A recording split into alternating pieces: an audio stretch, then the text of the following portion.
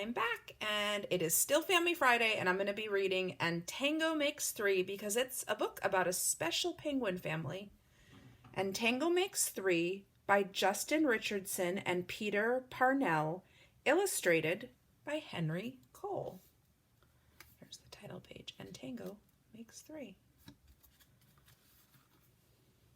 And there's the dedication.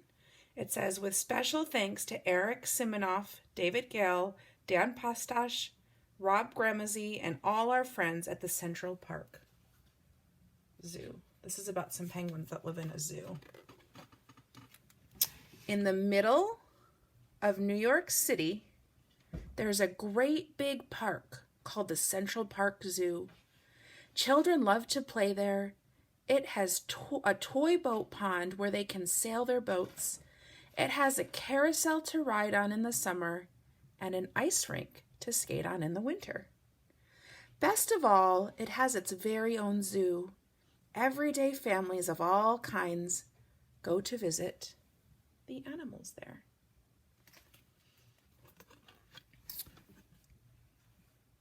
But the children and their parents aren't the only families at the zoo.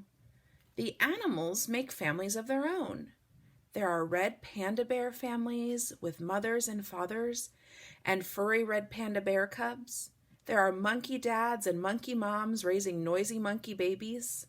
There are toad families and toucan families and cotton-top tamarin families too.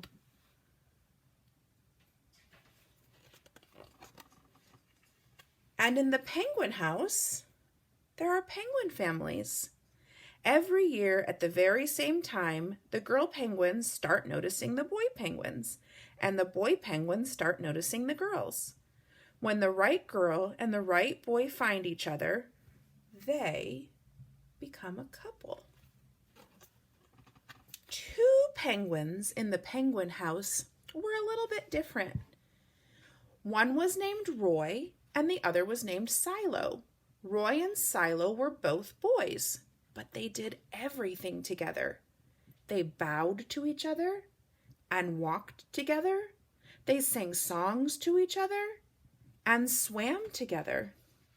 Wherever Roy went, Silo went too. Let's see. They didn't spend much time with the girl penguins, and the girl penguins didn't spend much time with them. Instead, Roy and Silo wound their necks around each other.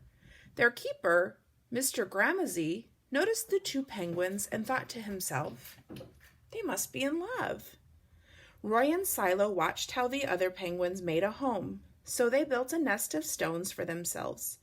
Every night, Roy and Silo slept there together, just like the other penguin couples. And every morning, Roy and Silo woke up together. But one day, Roy and Silo saw that the other couples could do something they could not. The mama penguin would lay an egg. She and the papa penguin would take turns keeping the egg warm until finally it would hatch. And then there would be a baby penguin. Do you see the baby penguins? They're those little fluffy things. Right here's one. Roy and Silo still had no egg to sit on and keep warm. They had no baby chick to feed and cuddle and love. Their nest was nice, but it was a little empty. One day, Roy found something that looked like what the other penguins were hatching, and he brought it to their nest.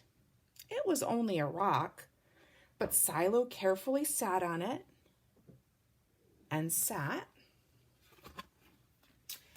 and sat.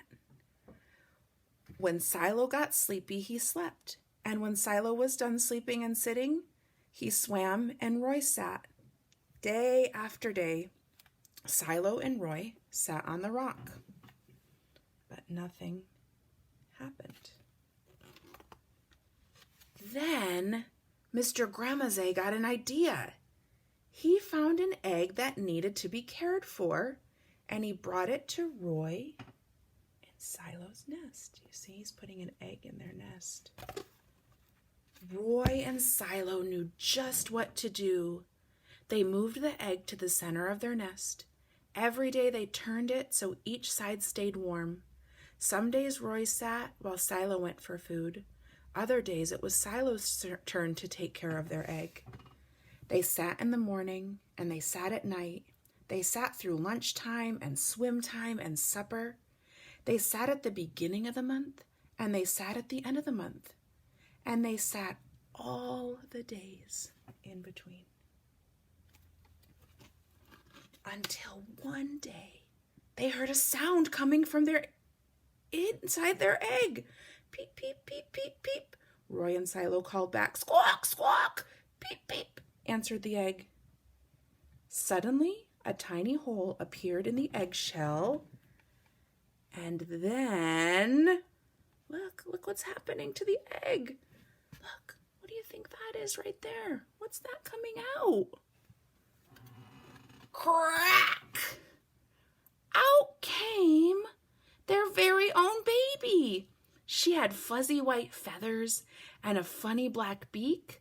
Now Roy and Silo were fathers. We'll call her Tango, Mr. Grummazy decided, because it takes two to make a tango. Roy and Silo taught Tango how to sing for them when she was hungry. They fed her food from their beaks. They snuggled her in their nest at night. Tango was the very first penguin in the zoo to have two daddies. Soon Tango grew strong enough to leave the nest. Roy and Silo took her for a swim, just like all the other penguin families. And all the children who came to the zoo could see Tango and her two fathers playing in the penguin house with the other penguins. Hooray, Roy! Hooray, Silo! Welcome, Tango! They cheered.